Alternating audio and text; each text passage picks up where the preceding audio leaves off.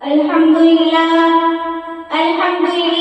رب العالمين نحمده ونستعينه ونستغفره ونؤمن به ونتوكل عليه ونعوذ بالله من شرور أنفسنا ومن سيئات أعمالنا من يهده الله فلا مضل له ومن يضلله فلا هادي له ونشهد أن لا إله إلا الله وحده لا شريك له ولا نظير له ولا معين له ولا مشير له وصلى الله تعالى على خير خلقه محمد وآله وأصحابه أجمعين أما بعد فأعوذ بالله من الشيطان الرجيم بسم الله الرحمن الرحيم وقد قال الله تعالى في القرآن المجيد والفرقان الحميد يا أيها الذين آمنوا كتب عليكم الصيام كما كتب على الذين من قبلكم لعلكم تتقون. میری پیارے عزیز ماں اور بہنوں، اس آیت کریمہ کے اندر اللہ رب العزت نے یا ایھا الذین آمنوا کو یوں سمجھے کہ جیسے کسی قریبوں کو پکارتے ہیں، مثلا رشتہ دار کو اس کا نام لے کر پکارنے میں زیادہ مزہ آتا ہے، جیسے کہ باپ بیٹا کہتا ہے تو بیٹے کو لذت و شفقت محسوس ہوتی ہے جو اس کا نام لینے میں نہیں ہوتی. اسی طریقے سے اللہ رب العزت نے ہمیں یا ایھا الذین آمنوا میں ایمان والوں کا تذکرہ کر کر مخاطب فرمایا ہے کہ میرے عہد و پیمانوں کو ماننے والوں اور پیارے حبیب صلی اللہ علیہ وسلم کی رسالت کو اپنے دلوں میں لینے والوں. تو اس آیت کریمہ کے اندر یا ایھا الذین آمنوا میں اللہ رب العزت نے اپنائیت اظہار فرمائی ہے. پھر اپنائیت کے اظہار کے بعد فرمایا کتب علیکم الصیام کہ تمہارے اوپر روزے فرض کر دیے گئے ہیں. مقصد یہ ہے کہ اگر مجھ سے محبت کا دعویٰ کرتے ہو تو ایک مہینے کے لیے اپنی نظریں ہٹا لو، ایک مہینے کے لیے تمام چیزیں ہمارے قرب اور وسائل کے لیے قربان کر دو. دنیا کا بھی یہی دستور ہے کہ کچھ دینے کے لیے کچھ لینا پڑتا ہے. مثلا بیج بوئیں گے تو درخت پیدا ہوگا، کسی چیز کی قیمت ادا کریں گے تو وہ چیز عطا ہوگی. تو اسی طریقے سے اللہ رب العزت نے فرمایا کہ اگر مجھ سے راضی کرنا چاہتے ہو، مجھ سے محبت کا دعویٰ کرنا چاہتے ہو تو تمہیں اس کی قیمت ادا کرنی ہوگی. قربان جاؤں کی کتنی کم قیمت ہے کہ صرف ایک مہینے روزے دار بن کر رہنا پڑے گا. یہ کٹھن اور مشکل کام نہیں ہے، کیونکہ جب محبوب اپنی محبت طالبہ کو بلاتا ہے تو وہ خود بخود سر کے بل جانے کے لیے تیار ہو جاتی ہے. اللہ رب العزت فرماتے ہیں کہ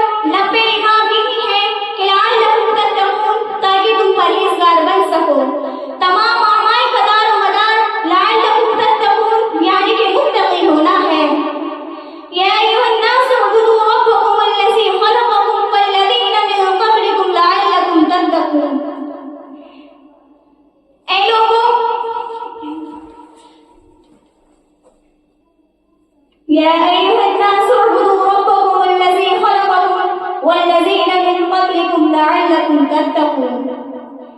اے لوگوں عبادت کرو اپنے رب کی جس نے پیدا کیا تم کو اور پیدا کیا تم سے پہلے والوں کو لعلکم تتقون تاکہ تم پرہیزگار بن جاؤ.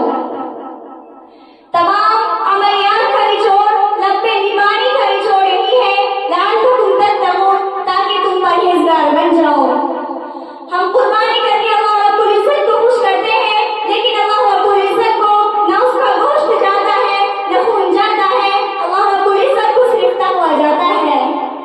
اسی طریقے سے لوگ بیت اللہ کی زیارت کرنے جاتے ہیں اس میں بھی یہی ہے کہ صرف اللہ رب العزت کو تقویٰ اللہ رب العزت کے یہاں تقویٰ پہنچتا ہے. مسجد میں اللہ کی عبادت کرنے کے لیے جاتے ہیں اس میں بھی اللہ رب العزت کا تقویٰ پہنچتا ہے. ایک بادشاہ تھا اس کے ایک بیوی تھی. بادشاہ ایک بیوی سے زیادہ محبت کیا کرتا تھا اور بیوی اس کو محسوس کرتی اور بادشاہ سے کہتی کہ خاندان میں ہم اونچے ہیں اس کا جمال میں ہم اونچے ہیں لیکن بادشاہ کی نگاہیں ہماری طرف اٹھتی ہی نہیں ہے. ایک مرتبہ ان کی بیوی نے بادشاہ سے سوال کیا کہ بادشاہ ہم اتنے حسین خوبصورت ہیں لیکن آپ کی نگاہیں ہماری طرف اٹھتی نہیں ہے آخر اس بیوی میں کیا بات ہے.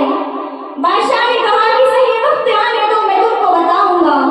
ایک مرتبہ بادشاہ نے فرمایا کہ میں آج بہت خوش ہوں تم سب کے اوپر انعام اور اکرام کی بارش کرنا چاہتا ہوں. بیوی اس بات سے جتنا خوش ہو سکتی تھی خوش ہوئی. بادشاہ نے بہت سے ہیرے اور جواہرات منگوائے اور اپنی بیویوں سے فرمایا کہ جب میں اشارہ کروں تو جس چیز کو آپ کو سب سے زیادہ پسند ہو وہ چیز اٹھا لینا. بادشاہ کی صرف اشارہ کرنے کی دیر تھی. کسی نے یاقوت پر ہاتھ رکھا کسی نے ہیرے اور جواہرات پر ہاتھ رکھا لیکن بادشاہ جس سے سب سے زیادہ محبت کیا کرتا تھا وہ بیوی کھڑی رہی. باقی بیویاں اس پر ہنسنے لگی اور کہنے لگی کہ آج بھی اس نے بیوقوفی دکھا دی. جب بادشاہ نے اس سے پوچھا کہ تم نے اس میں سے کچھ کیوں نہیں لیا تو اس بیوی نے فرمایا کہ بادشاہ سلامت آپ نے کہا تو یہاں پہ جو چیز موجود ہے جو جس پہ ہاتھ رکھے گا اس کی ہو جائے گی. چنانچہ اس بیوی نے بادشاہ کے کاندھے پر ہاتھ رکھا اور فرمایا کہ جب تم میرے ہو گئے تو مجھے کسی چیز کی ضرورت نہیں ہے. تب بادشاہ نے فرمایا کہ میں اس کی دانش مندی کی وجہ سے اس سے زیادہ محبت کیا کرتا ہوں. تو اس طریقے سے اللہ رب العزت کا اس مہینے کے اندر اللہ رب العزت کا ہمیں قرب و وصال نصیب ہو جاتا ہے. میری پیاریوں